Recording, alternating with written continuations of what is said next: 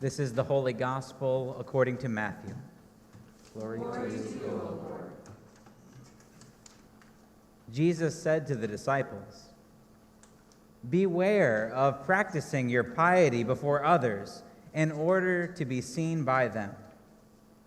For then you have no reward from your Father in heaven. So whenever you give alms, do not sound a trumpet before you, as the hypocrites do in the synagogues and in the streets, so that they may be praised by others. Truly, I tell you, they have received their reward. But when you give alms, do not let your left hand know what your right is doing, so that your alms may be done in secret, and your Father who sees in secret will reward you. And whenever you pray, do not be like the hypocrites, for they love to stand and pray in the synagogues and at the street corners, so that they may be seen by others. Truly, I tell you, they have received their reward. But whenever you pray, go into your room and shut the door, and pray to your Father who is in secret, and your Father who sees you in secret will reward you. And whenever you fast, don't look dismal like the hypocrites, for they disfigure their faces so as to show others that they are fasting. Truly, I tell you, they have received their reward. But when you fast, put oil on your head and wash your face, so that your fasting may be seen not by others, but by your Father who is in secret. And your Father who sees in secret will reward you. Do not store up for yourselves treasures on earth, where moth and rust consume and where thieves break in and steal. But store up for yourselves treasures in heaven, where neither moth nor rust consume and where thieves do not break in and steal. For where your treasure is, there your heart will be also." The Gospel of the Lord. Praise to you, O Christ.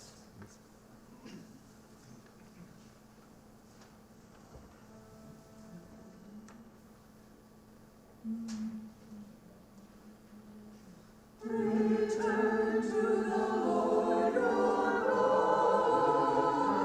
Return to the Lord your God. For he is gracious, for he is merciful, slow to anger, slow to anger, and abounding in steadfast love, and steadfast love, and abounding in steadfast love. Return to the Lord your God. Return to the Lord your God.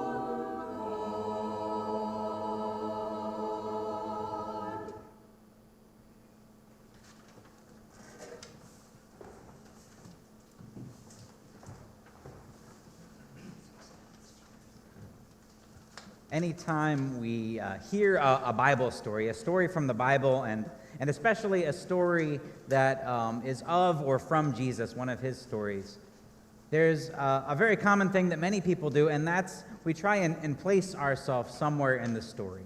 We try and look at the story from the perspective of a particular character. And a lot of the times it can feel really nice. We can put ourselves in as the hero of the story. We can be the good Samaritan, the one who comes and helps the stranger and carries that person and saves the day. Maybe if we're not feeling quite that confident, we can at least be kind of this neutral bystander that appears in the story, watching all of these things happen, watching Jesus going about and performing miracles, and wondering what that would be like. How would we react? What would we say?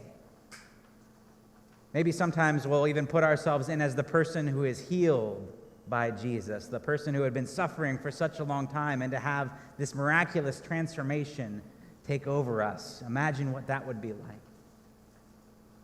I think probably less commonly do we ever wonder what it would be like to be the villain in one of Jesus' stories.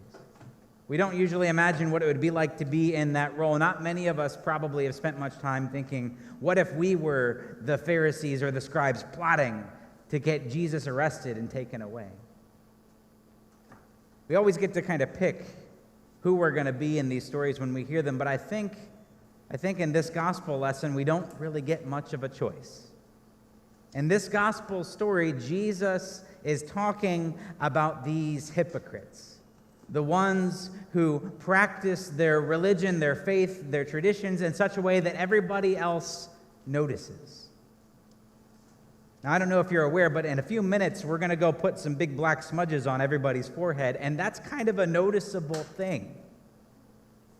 What Jesus was warning about is exactly the thing we do on this one day of the year. Like it or not, at least for tonight, we are stuck in the role of hypocrite. The very people Jesus was warning the disciples against is essentially what we are doing. We are practicing our own tradition in a way that becomes visible to the world around us and everything that comes with that. Now, this can be a challenging thing to hear. It's not easy for me to preach either, I can tell you that. But this is what we're doing. And it's hard. It's hard to imagine yourself as one of those hypocrites. It's kind of the last thing anybody wants to be. I'd rather be just plain evil than be someone who's hypocritical.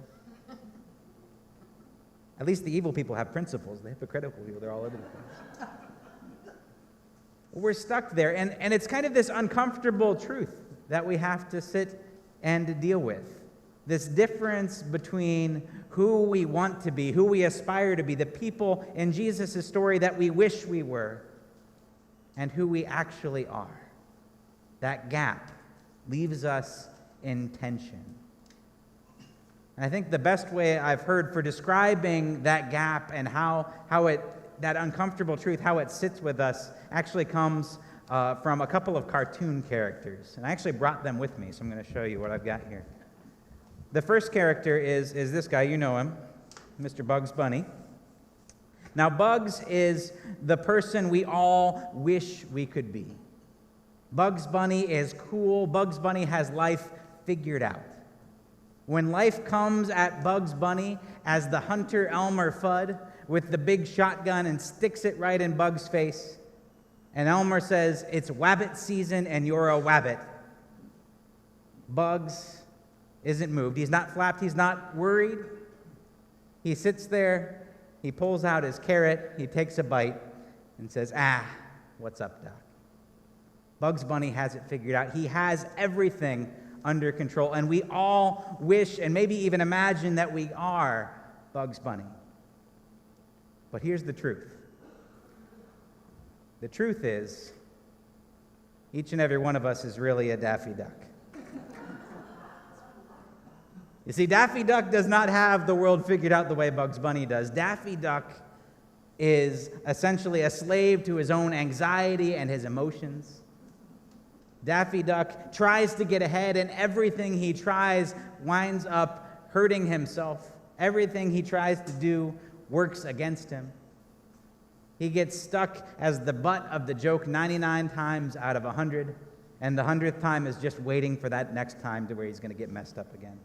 Daffy Duck is who each of us really is on the inside when we want to be Bugs Bunny. We find ourselves in this gap. See, for any one of us, when we're face to face with the hard truths of this world, when we have life looking at us right down the line of the double-barrel shotgun, we can't hold it together. We find ourselves stuck and trapped in situations that we don't know how to get out of.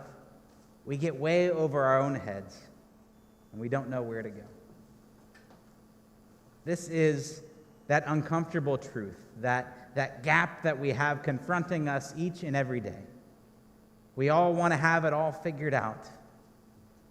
and yet we're stuck just trying to get by, our head underwater.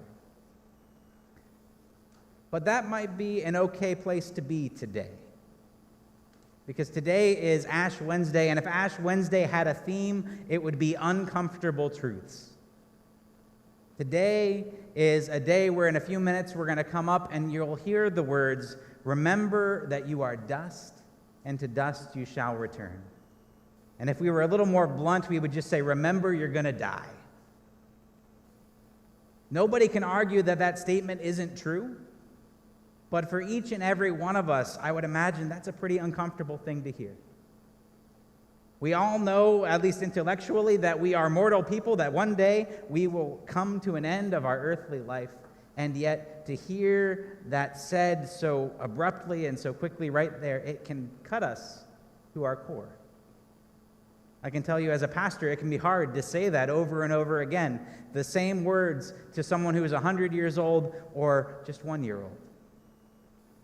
That statement, "Remember you are dust, and to dust you shall return," is 100% true.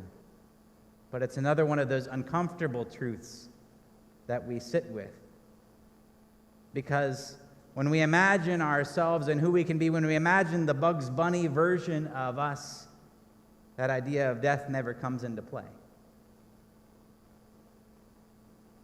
The good news that we have today is that as we go on this journey through Lent, we're going to hear the stories of Jesus. Jesus who came into this world, who lived and who died and who rose again for the Daffy Ducks. Jesus comes into this world to save the people that are underwater, to save the people that can't hold it together anymore, to be with the people who can't find a way to make it all seem like they're doing fine. Jesus came into this world to be with all of the people that were pushed to the outsides of society, the outcasts, the poor, those people who just couldn't figure out a way to make life work for them. And I think when we're honest with ourselves, we know that even in our worst moments, even when we can't get anything right, even when we seem to be our own worst enemy, when we find ourselves out there in life holding up the big sign that says duck season, even there, we find that God comes to us. God is there for us. God loves us and redeems us. And we didn't actually need that whole Bugs Bunny persona, that person that we maybe put out in our Facebook profile or in our Instagram stories. If you're in the younger age bracket, you can figure out what that means. God comes to us and to the people that we really are, the people that we are deep down inside, flaws and sins and brokenness and all of that put together. This is what God does. God comes to us there. And Jesus says, "I will take all of that that is broken. I will take all of that that is not working. I will take all of that that is causing you to go crazy and not pull things together." This is the message that we get today. And so as we sit here on this day of uncomfortable truths, knowing that we are doing the very thing Jesus told us not to, knowing that we're not going to get our job as Christians right, knowing that we're never going to be that Bugs Bunny, cool, calm, and collected person that we hope we might be. As we sit here on that day, we can still trust that God is at work. God is saving and redeeming and transforming the world, even if we are just like the hypocrites. Amen.